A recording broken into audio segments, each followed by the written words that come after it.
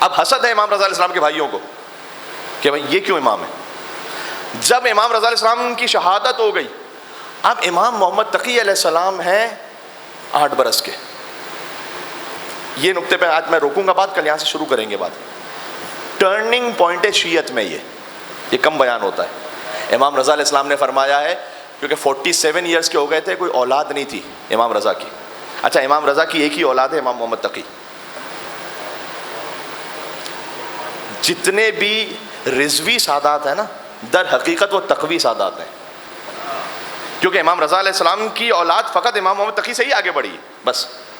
تو امام محمد تقی کی جو اولادیں ہوئیں وہ رضوی کہلائیں, تقوی نہیں. کیوں؟ اس لیے کہ امام رضا علیہ السلام کو 47 ایئرس کے ہو گئے, ابتر کا تانا دیتے ہیں لوگ, جو رسول اللہ کو تانا دیتے تھے کہ آپ کی تو کوئی اولاد ہی نہیں بچی, کہ آپ کی تو کوئی اولاد ہی نہیں ہے, آپ کی تو نسل امامت آگے نہیں بڑھے گی. قیامہ واقفیہ نے آ کر امام رضا علیہ السلام سے کہا, یہ بتلائیے گا کہ کیا ایک وقت میں 2 امام ہو سکتے ہیں؟ امام نے کہا نہیں, ایک ہی ہوگا. کہا اگر 2 ہو جائیں تو امام نے کہا ایک صامت ہوگا, ایک ناطق ہوگا. تو اس نے کہا کہ صامت تو قرآن ہے لیکن ناطق آپ نہیں ہیں, نعوذ باللہ, اس لیے کہ آپ کی کوئی اولاد ہی نہیں ہے.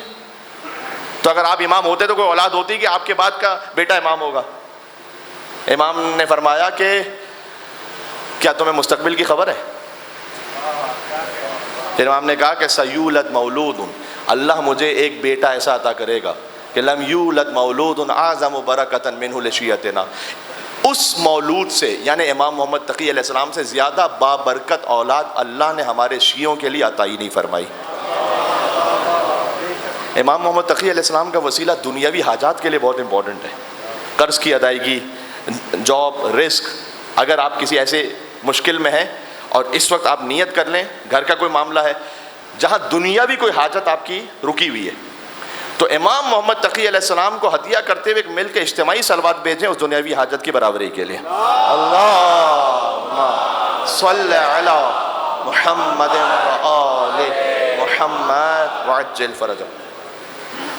امام نے کیوں فرمایا امام محمد تقی علیہ السلام کے لیے کہ یہ والی میری اولاد سب سے زیادہ برکت ہے, بابرکت ہمارے شیعوں کے لیے. یہ جملہ کیوں امام موسیٰ کاظم علیہ السلام کے لیے نہیں کہا گیا جبکہ کلنا نور واحد؟ کیوں امام محمد تقی علیہ السلام کے لیے؟ اس لیے یہاں شیعت ایک ٹرننگ پوائنٹ لے رہی ہے, ایک بہت بڑا مسئلہ حل ہو رہا ہے. وہ یہ کہ اب امام رضا کی شہادت ہوئی, میں نے آپ سے کہا کہ ان کے بھائی ہیں جو چاہتے ہیں کہ ان کے بعد ہم امام بن جائیں. کیوں؟ اس لیے کہ امام محمد تقی اس وقت 8 برس کے ہیں جب امام رضا کی شہادت ہوئی ہے. تو عبداللہ ابن موسیٰ کے دماغ میں آیا کہ میرے بھائی علی رضا کی شہادت ہو گئی ہے, تو اب 8 برس کا بچہ ہوتا امام ہونے سے رہا, تو اب میں ہی امام بنوں گا. پھر اس وقت شیعت کے لیے ایک بڑا مسئلہ حل ہوا ہے کہ امام 8 برس کا بھی ہو. یہ فرسٹ ٹائم ہو رہا ہے ان کے سامنے. حتیٰ جو امام کے جو آپ امام کے قریبی صحابی ہیں نا امام رضا علیہ السلام کے, یونس ابن عبد الرحمن ہے, ابان ابن تغلب سے کہا کہ یہ ایسا کرو ان کا نائب کسی کو رکھ دو فی الحال.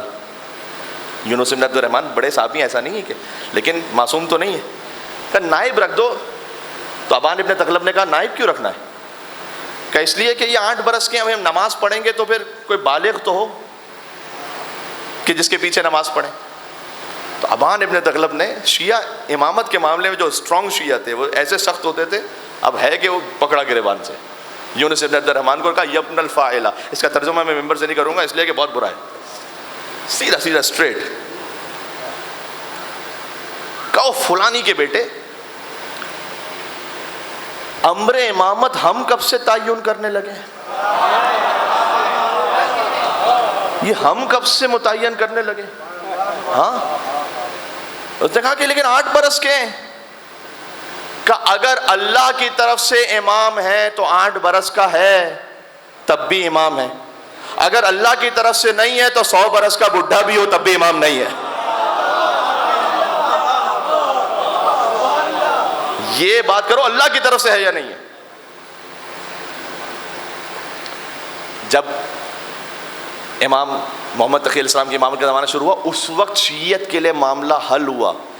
امام نے کہا بابرکت امام سب سے زیادہ. شیعت کے لیے اس وقت یہ حل ہوا کہ 8 برس کا بچہ بھی اگر اللہ کے حکم سے تو امام ہو سکتا ہے.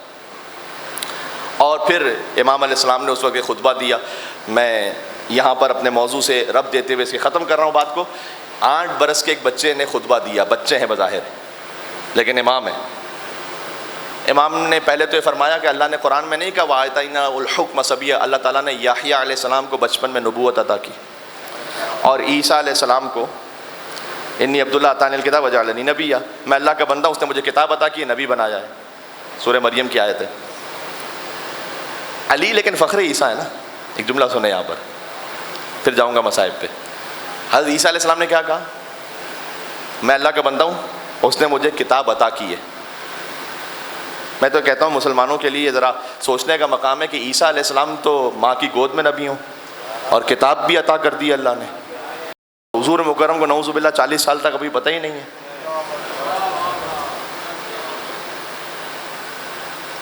حضرت عیسیٰ علیہ السلام نے کہا مجھے کتاب عطا کی ہے. عیسیٰ علیہ السلام نے کہا کتاب عطا کی ہے, ابھی پڑھ کے سنا ہی نہیں تھی. اتنے مومنین ہیں, میں آپ سے توقع رکھتا ہوں. ماں کی گود میں کہہ رہے ہیں اللہ نے مجھے کتاب عطا کی ہے, ابھی پڑھ کے سنا نہیں رہے. ایک ہے جو وسیع مصطفیٰ ہے, آغوش مادر سے آغوش رسالت میں آئے, علی نے آنکھیں کھولیں. اس دنیا میں آنے کے بعد جو پہلی زیارت کی وہ چہرہ رسول تھا. حضور نے کہا یا علی خصصتنی بالنظر وخصصتک بالعلم, اے علی آپ نے پہلی نگاہ سے مجھے مخصوص کیا اور میں نے اپنے سارے علم سے آپ کو مخصوص کیا. شعراء کے نظر سے سیراب ہونا تو دیکھا تھا, لیکن نظر سے کمالات کا منتقل ہونا نہیں دیکھا تھا. کہ آنے والا بچہ آتا ہے اور پہلی ہی نگاہ میں سارا علم رسالت, علم علی بن ابی طالب میں منتقل ہو جاتا ہے. یہ بچہ بھی عجیب بچہ ہے کہ بچپن میں چہرے رسالت پر ایک نگاہ کر لے تو علم رسالت کا سودا کر لیتا ہے, اور جوانی میں بستر رسالت پر ایک نیند سو جائے تو مرضی پروردگار کا سودا کر لیتا ہے.